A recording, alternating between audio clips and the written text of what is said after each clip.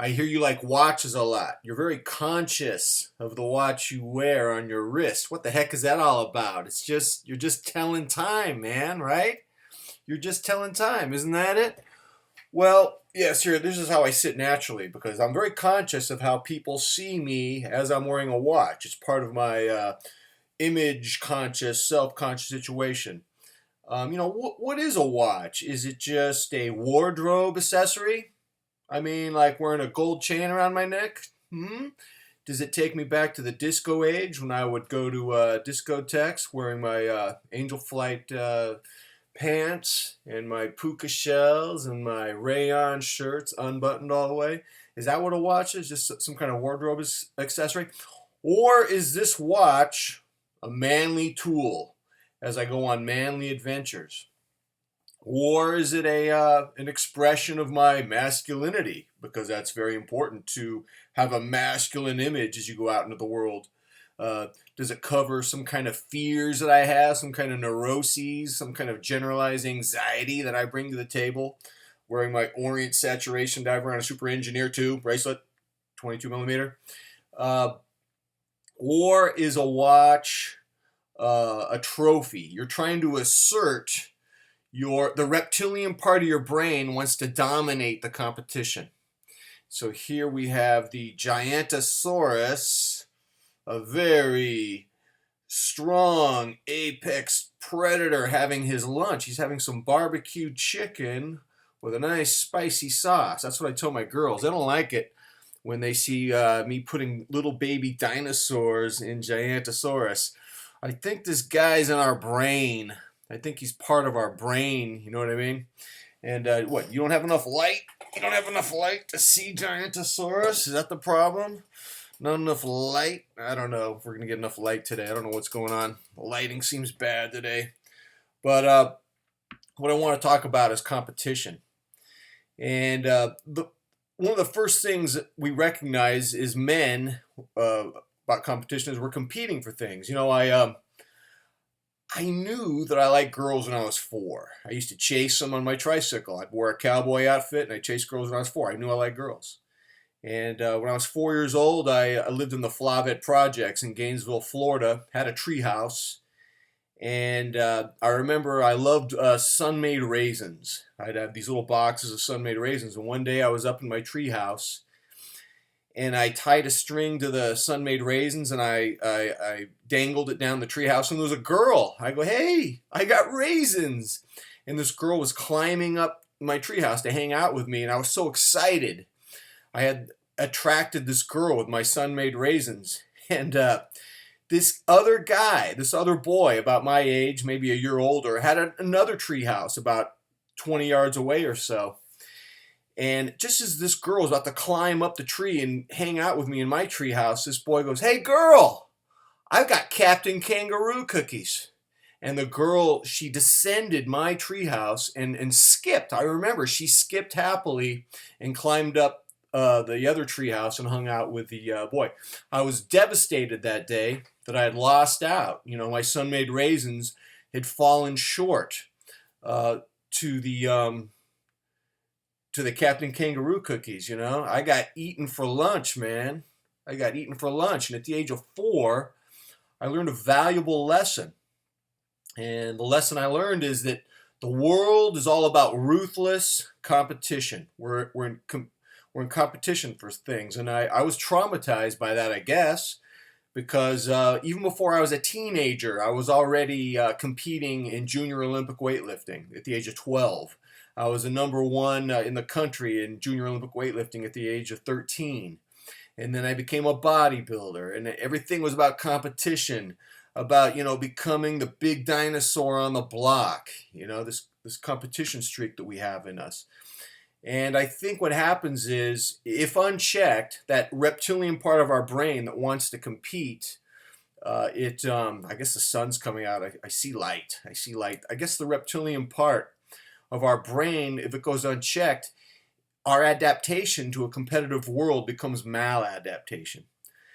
As an example, when I was in my 20s, I had a first date with this girl. This would have been in the 1980s. And I took her back to my place and I played the piano for her. I wanted to impress her with my piano playing because I didn't think she was into muscles that much, or I don't know, but I wanted to impress her with my piano playing. And as I was playing, I stood up and played, and I ripped my shirt off, and I played the piano with no shirt, which is completely lame. And as a miracle, she remained my girlfriend for 14 months. And 14 months later, we're lying on our backs at the park, looking up at the cumulus clouds, changing shapes, morphing from giraffe to horse to milkshake to ice cream cone. And we're tickling each other's cheeks with flower petals, as young lovers do when they're lying on their backs at the park and looking up at the cumulus clouds. And I had never brought up the first date ever because I was embarrassed by it in retrospect. But she goes, "Remember that first date you tore your shirt off?" And I didn't say anything. Yeah. Finally, I said, "Yeah." And she goes, "Huh, that was interesting." Yeah, it was. Well, after she mentioned that, 3 days later, she dumped me. I was dumped, and I believe that what I had done that day, it had created a stain in her mind. That I was someone who couldn't handle competition correctly. I had maladapted to it. Dumped me. I was gone. And I want to bring this back to watches. There was a time that I used to buy a brand of watch called Invicta, and they still have a couple watches that I like, the looks of them. I'm not sure about the quality of them. I don't own any Invictas currently. Who knows? Maybe I would buy one someday if I'm looking in the market right now for a leather watch that's bold, and I just can't seem to find the right one that speaks to me. I mean, Benares, now Stevrol, has a titanium Megalodon that's 47 millimeters that comes on leather, but they don't give you the real photos of it. They just have illustrations of it. It's like a prototype, and then you have to pre-order it, and I don't know. It looks promising, though. But I remember, my watches were... some of those watches were so big. I mean, this is a 46 millimeter Orient saturation diver. It's plenty big. I can't believe I used to wear 57 millimeter watches, the Invicta Sea Hunter, which is actually still my YouTube icon picture. I think I'm going like this. And, I'd take it down, but, I don't know. I like the shot. What are you going to do? I like the shot, so forget about it. But when you wear a big watch like that, you're kind of like unleashing the reptilian beast. You're kind of like that guy who ripped his shirt off, and it's like you're overcompensating, and you end up looking lame. And power jewelry, when you're dealing with big brands, sometimes you wonder, is that the same expression as someone wearing an oversized watch? That's not to say that some of the big brand names are absolutely gorgeous and desirable. Last night I was watching Caesar Milan help Jerry Seinfeld and his wife deal with some little dog that had fear issues with men, and ended up not watching the whole thing because we had to watch something else, but I'll watch the whole thing. But Jerry Seinfeld was wearing a Breitling Navimeter on leather. It was unbelievable. I would love to wear a watch like that. Here I am. I'm in the quest for a leather watch. And by the way, this presentation was supposed to be about competition and maladaptation to competition and the reptilian brain. And I'm not going to lie to you, I got more excited about talking about Jerry Seinfeld's Breitling watch. Clearly, I suffer from the watch disease, and I want to apologize to you for that right this moment. But that situation, I've been looking at watches, why men buy watches, why some men like watches. What are they? Are they just tools as we go on our manly adventures? Are they expressions of our manliness?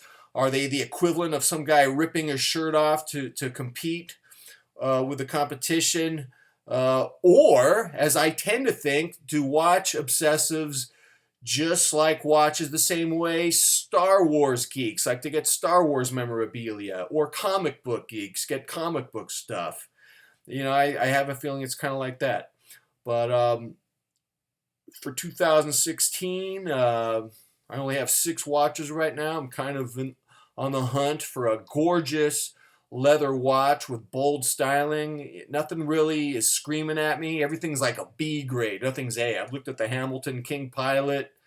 I'm still looking at those Benares or Stevrol 47 millimeter Megalodons. I don't know what I'm going to do. My life is so miserable without a leather watch. I'm so incomplete. I haven't found completeness yet, have I? No, of course I have. Mr. Complete right here. So anyways, that's the update. And until next time, I am out.